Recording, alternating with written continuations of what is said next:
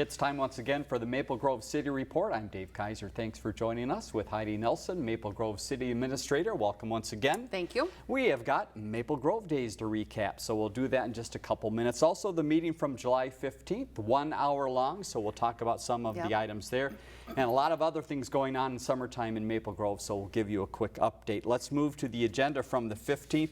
Nothing pulled from consent by the council, but you just wanted to make note of a couple things because for some projects going on in the city, there are others that help out in some funding ways, and you wanted to highlight a couple here. Yeah, so we have been working with the developer on the site. It's right along Weaver Lake Boulevard next to Taco Bell there, kind of just due east of the community center. It's the old dry cleaner site there. And they were able to secure some funding to help clean up with that site from Metropolitan Council in Hennepin County. So we had a couple grant agreements on the agenda. That project's going to be moving forward, kind of a multi-tenant building, coffee, and then another user in there. So good to have that site being brought back into proactive development, and we'll see something happen there pretty soon. But we really appreciate being able to work with our other funding agencies, Hennepin County Met Council, to bring some other dollars to help with the cleanup on this site. Very good. Some nice news in consent. One other item in consent with the restaurant in town. We'll talk about that a little later in community development.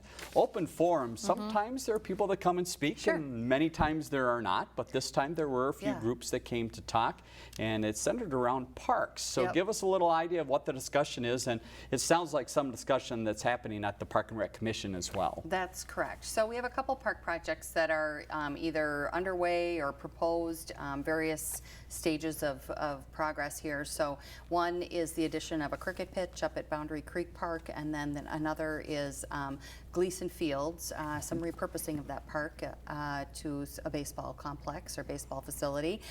So those projects, we have some residents that wanted to provide some feedback about that, and so they did that with the City Council. We do have a park board meeting tomorrow evening, so it's coming up quickly here, the evening of the 18th. At 5:30 there'll be a workshop held to talk about the Gleason Fields project.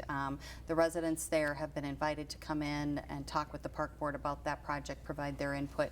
We're kind of at the point with that project where we're just updating a feasibility study about that, and so this is a good opportunity or good timing for the neighborhood to come in and provide that input to this project.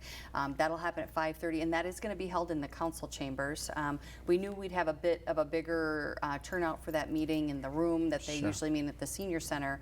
Over at the community center gets a bit tight for that, and the banquet room was booked, so we moved the meetings over to the council chambers. So the park board will have that workshop from 5:30 to 7, and then at 7 o'clock they'll have their regular park board meeting. So likely some discussion of the Boundary Creek project as well. I know those residents were planning to come forward to that park board meeting. So if folks are interested in the Gleason Fields project, 5:30, the 18th, tomorrow night, Thursday, and that's in the council chambers, and then also followed by a regular park board meeting for other issues. So a couple of park projects going on, piquing some interest to the residents there. And the mayor and the council certainly thanking the residents for coming forward and bringing the information there and having the park board involved in that process. So that was the opportunity for the public to speak. No other action items or public hearings at the meeting, so we jumped to some updates from the city departments, and Joe Holgaboom had a book full of things to say, and one was that restaurant. So tell us a little bit about Taco Bell. How are things moving on, and a little bit of hold in the process, I understand here. Yeah, so Taco Bell will be coming back before the council on the 5th of August. There was an item on the agenda to table it to the 5th.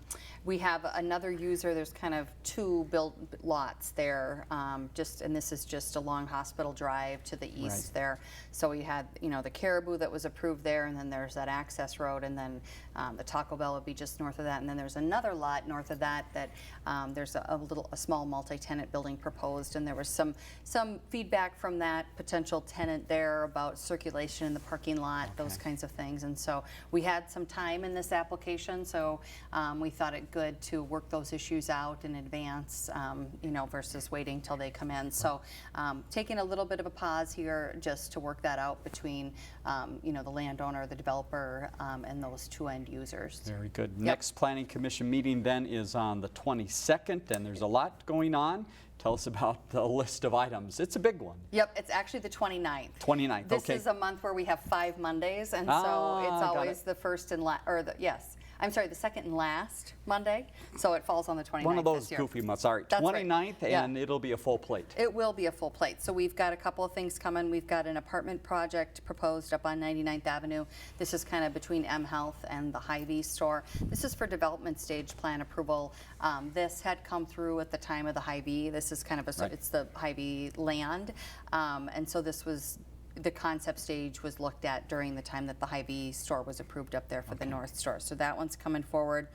We have a senior housing proposal on the northwest corner of 101 and Bass Lake Road, so just kind of due south of Lord of Life Church there. A lot of housing activity happening up in that 101 Bass Lake Road, in addition to the commercial. Hy-Vee is certainly moving forward out there. They're going to get going on their C-store that goes with the grocery there, and hearing from them, they've had a lot of interest in those commercial outlots that kind of ring the edge of the store there. So there's going to be a lot of activity out there at 101 Bass Lake Road for a while. Great. And then we have a small lot subdivision kind of in the northwest area of the city, and then Boston Scientific is doing an addition. So that's really great. We're excited about their continued investment here in Maple Grove. So those are the items that'll be in front of the Planning Commission on July 29th. And then they'll be coming forward, depending on what happens at Planning Commission, they'll come forward to City Council in August. And a number of other items they're working on. Some master planning work continues to go with the planning department, community development. So a lot of news to come on some of the work that they're doing in that area. Yes. Let's move ahead to Ken Asheville. Had a chance to talk a little bit, and you had a fun evening the night of the council meeting, because that was the storm night, and he gave the quick report, and it was good. Yeah, so that storm came through kind of between 5 and about 7 that evening, so we all kind of sat and watched that from the government center there. Some localized street flooding in some of our lower areas, and then a couple trees down that I think some Wright-Hennepin power outages were experienced, but nothing that lasted too long. I think we fared better than other parts of the metro area, so that was good. But certainly some intense rain there. Yes, for a while. It was quite the storm. And then the next point, and he had quite a bit to talk about in the way of sound walls, and we've been covering this as it has moved along. Yep. What stage are we at now? What decisions are coming up for the sound walls? Yeah, so this is, of course, part of the project that'll be occurring out on I-94. Some of that work's going to get started here probably within the next 3 to 6 weeks. Okay. They're going to start some of the widening of the shoulders, which will allow for traffic to move from, the eastbound lanes to the westbound lanes during the big part of the construction, which really starts next summer. Right. So part of that was the consideration of noise walls. There will be 4 new noise walls going along the corridor through Maple Grove, kind of picking up from where they left off with the 494 project on the south end, and then coming up to the through kind of the Maple Grove Parkway, up to the Maple Grove Parkway interchange. So we've been working with MnDOT about what those walls will look like. MnDOT has had historically kind of a wood constructed noise wall, and if you've been around the metro area, even in areas of Maple Grove, they've experienced some failure with some of the painting that has been done on those noise walls, and so the paint is starting to peel, and we've expressed concern to MnDOT about that. That's not really an item they budget for in terms of their maintenance, is getting out to repaint those walls. So with this project, they're kind of shifting gears and doing a new design, a new material. It's an absorptive concrete type construction to the walls. So that gives us some choices in terms of design. I think staff has worked through, adding, some Maple Grove design, I guess, to that. And so there's an opportunity for us to have sort of the maple leaf incorporated into that. And then kind of an ashlar stone pattern. So the noise walls would have sort of a stone almost look to them. They're still noise walls, so not the most attractive pretty noise things walls. in the world. But I think we've worked with MnDOT to come up with a design that hopefully will be, an nice aesthetic to the edge of that highway. In addition, looking at, they do have the option to add some acrylic, so basically you can see through, the wall. There is a portion on I-35W where they did that acrylic wall. It's kind of not very frequently done here in the metro area, but they've done it a couple times. We are looking at that on kind of where the walls end on Rice Lake, and so how we might frame up that lake edge a bit. I think there were some concerns with cutting off the view shed of the lake and maybe some public safety concerns there. And so not sure if that will be something we land on or not, but it's something we wanted to look at and provide some options to the council. So this was kind of an introductory and an opportunity to share kind of those design documents where they sit today with the council. This will be coming back on August 5th for the council to take a closer look and then hopefully give us some direction about the design and the leaf, and maybe looking at some of those acrylic panels to frame up the lake. So more to come on this one on August 5th. All right, we will bring you the update at that point. Then last couple items, you had a few updates to talk about goals. Yeah. And the goal planning goes quickly, doesn't it? It does. It doesn't seem like it's been that long ago, but it has been a while. It has, and so we're kind of at the mid-year mark. Provided an update to the City Council. We kind of have a work plan that goes behind our goals document and keep track of progress and the work that we're completing based on that. So provided that update to the City Council, and then as we get into the end of the year here and head into 2020, we'll need to sit down again. That's kind of our 2-year cadence. Sit down with the council and revisit where we are. We usually take a Saturday and book out the Saturday and have all the directors in and talk about kind of what challenges and opportunities that the directors see in the next 3 to 5 years, and from that kind of formulate a plan about what we're going to focus on in the next 2 years. So it is hard to believe we're going to be headed into 2020, and it's just 2 short years ago, but good to kind of keep the council apprised with the progress that we're making there. Very good. So that is it. A quick meeting again, about 1 hour long from the middle of July. The next meeting will be on August 5th. We'll give you more information about that at the end of the program. Let's head now on to some of the other things happening around town, and we have a full list of items to touch on. And first, leading off is Maple Grove Days. So it happened not too long ago, about a week before the taping of this program. How did it go? What's the recap of Maple Grove Days? Well, it was, I think, a great weekend. I think a great week. There's activities that happen throughout the week, but a busy few days. We sort of kick it off with the parade on Thursday night, and then we have coronation on Friday night, and all the activities up and down Main Street and at the community center on Saturday. We had a couple key events on Sunday. So really, there's a lot of effort that goes into putting this together. Certainly Deb Syree and her team with Maple Grove Community Organization, a huge thank you to them. This is all volunteers that put this event together, and so they do a great job. The event goes off without any issues, and this year the weather played in our favor. Yes. It was a little hot on Saturday and Sunday, but we didn't have any major storms or rain really to contend with at all. And quite frankly, the night of the parade, it was, I think, 81 and beautiful. So it's always nice when the night of the parade is a little bit cooler. Yes.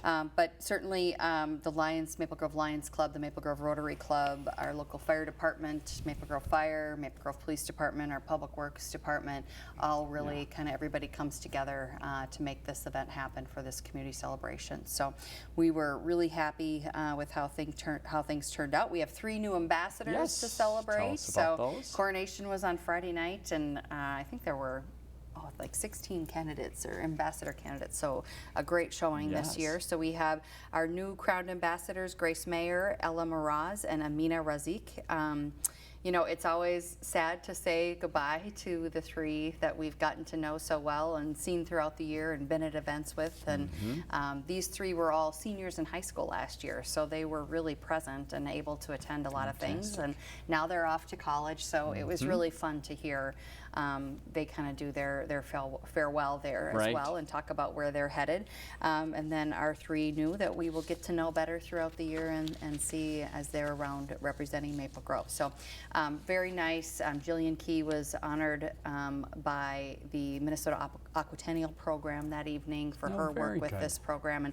And of course, it was the 20-year anniversary. So a lot of the former ambassadors for the last 20 years came back, and it was kind of tearful at moments, to see how all of these young women have grown and gone on to these very successful lives, and really what this ambassador program gives young women in the community. So it was a great night, great event, and it was great. All the council was able to attend. I was there, and very good. It was a nice event.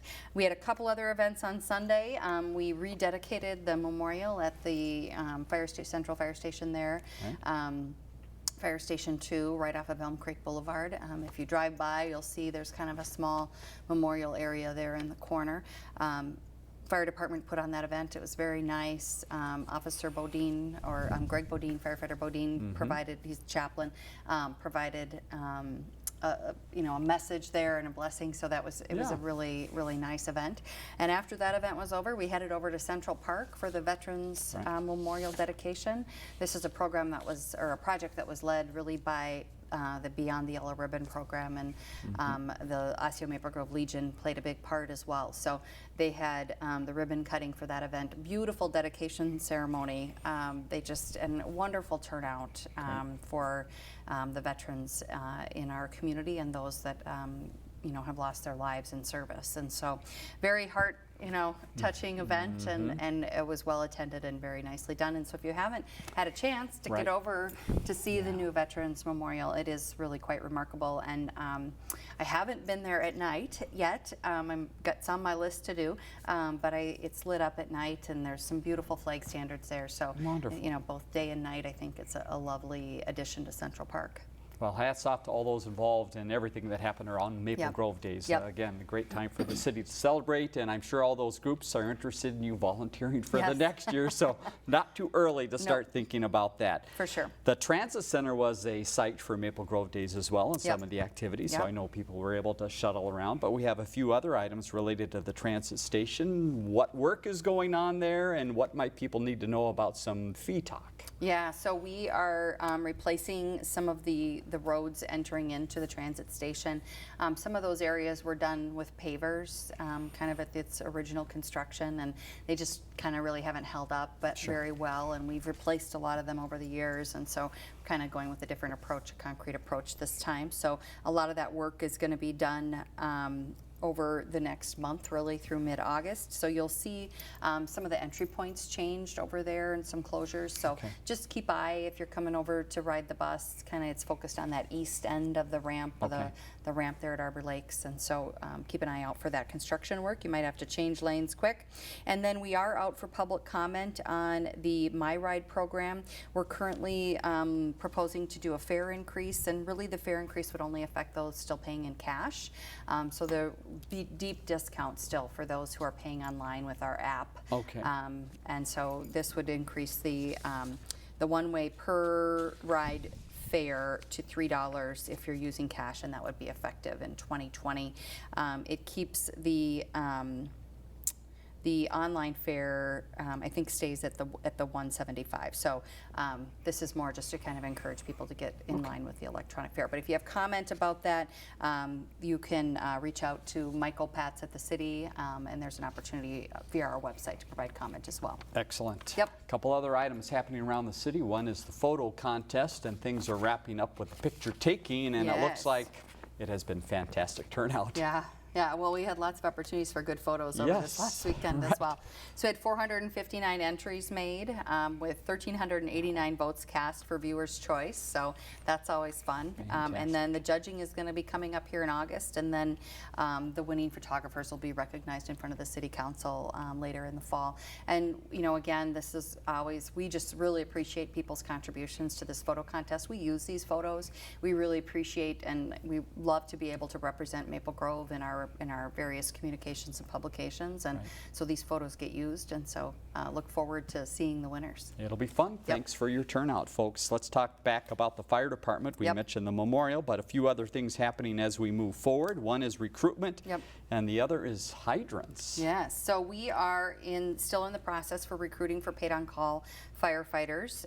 We do have one informational meeting left in the process, and that's August 1st at Station 2. It's an evening meeting, 7 p.m. Station 2 is at 13450 Maple Knoll Way. Information about this is available on our website as well. And just as a reminder, we're really looking for folks who are interested in serving their community.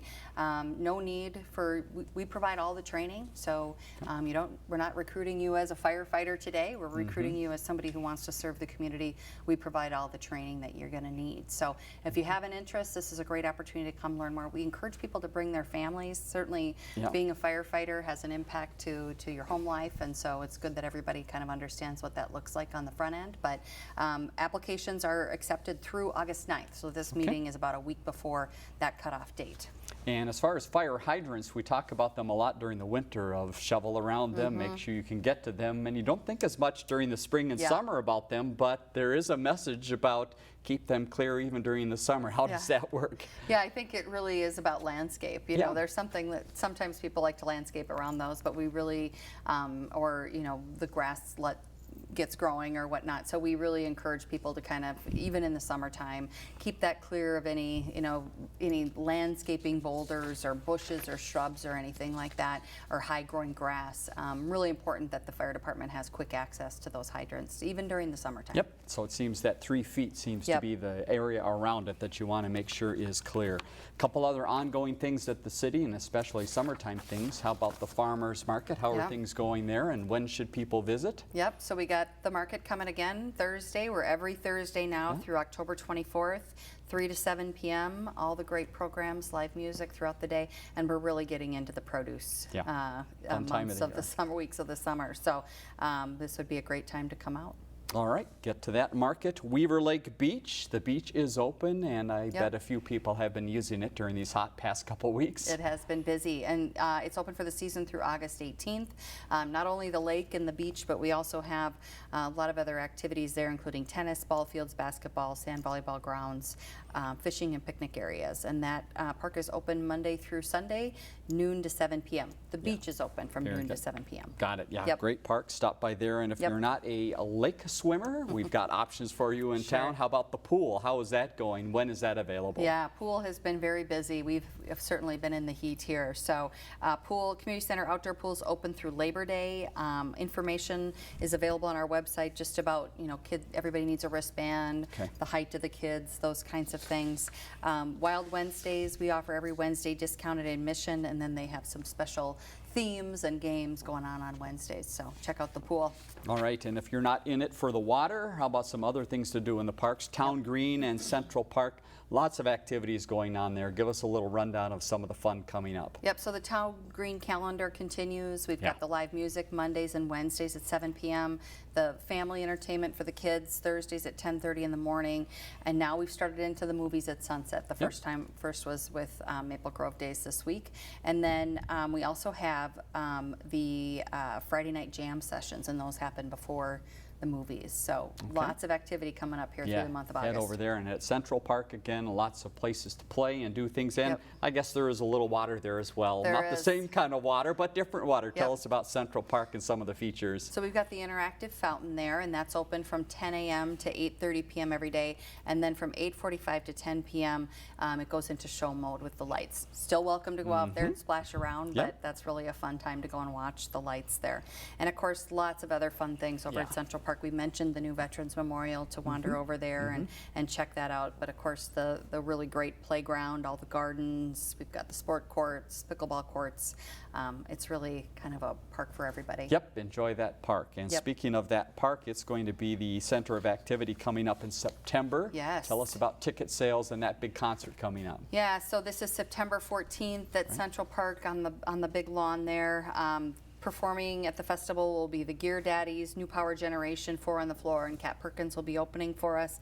Gates open at 4 p.m., performances starting at 5 p.m. Food trucks, we'll have a beer garden, and all the great music for the evening. Ticket sales are pretty strong. They're only $25 for the whole night, so it's really a great concert and venue, and for a pretty nominal price. But ticket sales are going fast. All right, we'll give you that website at the end of the program as well, where you can find out more information about that, and also about this great new addition. This is the PopUp Wreck, and it's happened for a couple years, I know. What is PopUp Wreck, and what does it bring to residents that maybe they don't see normally at these parks? So this is really our Park and Rec staff getting out to our parks and doing some programming, kind of informal, free programming at the parks. This is for youth ages 10 through 18, and it's all free. They do some games out there: kickball, capture the flag, bocce ball, lightning. Central Park, 4 to 6 p.m. Wednesdays, and these go through mid-August. And then various parks throughout the city, 4 to 6 p.m. on Thursdays through mid-August. So we encourage you to check out the website to see where they're going to be. So always at Central Park on Wednesdays, and then they move around on Thursdays. But great opportunity to kind of bring the rec programming to the parks. Yeah, lots of fun being had in the parks. And speaking of fun, August 6th, I know a lot of people in Maple Grove circle that on the calendar. That first Tuesday of the month in August is National Night Out. Yes. What can people expect? And again, what's happening at the community center? And where are you headed? Yes. And where's the city headed for this night? Yeah, everywhere, right? Everywhere. We try to get everywhere. That's so community picnic from 11 to 1 over at the community center that day. Free lunch, bring the kids. We have a lot of emergency equipment show, a lot of vendors set up to get some information out about public safety to the community. So that's a fun way to kick off the day. And then we head out to the neighborhood parties. Our goal this year is to hit the 200 mark of neighborhood parties. So there will be a challenge for us to get around to all of them, but we're up to it. So that we gather about 5:30, 5 o'clock in the evening, and we head out with our groups and usually hit between 6 to 8 parties a night, and it's just a great opportunity to get out and meet some residents. There's always questions, you know, about what's going on in town or different public safety concerns that folks have. And I know this year they are partnering with Cross to do kind of gathering of school supplies for kids and whatnot. So that's kind of the theme of it this year.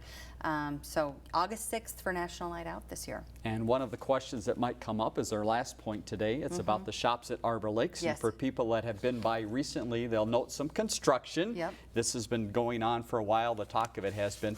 Give us an update on what's happening there. Yeah, so they're well underway with kind of their revisions to that pedestrian mall area and making that a through street with some parking, but also really adding to kind of the streetscape there and really kind of creating an area where when they want to close it for events, it'll be very easy to do that, and it'll be really designed with that in mind. And you'll probably see some increased seating and amenities out there, maybe some changing storefronts. We anticipate that there might be a few more restaurants that decide to locate in that area. So maybe some outdoor patio seating, those kinds of things. And I know the shops is really excited about these changes. They've had a lot of interest now from some new tenants in that area that had been kind of struggling in that inner portion of that. And so construction will take a few months here, so we're probably looking forward to a early fall, maybe kind of ribbon cutting out there to see how they've come along. But yeah, this is a big change for the shops, and they're really excited about it. So stop by and take a look and see the action as it moves along. Heidi, thank you very much for the information. Great information always from the city.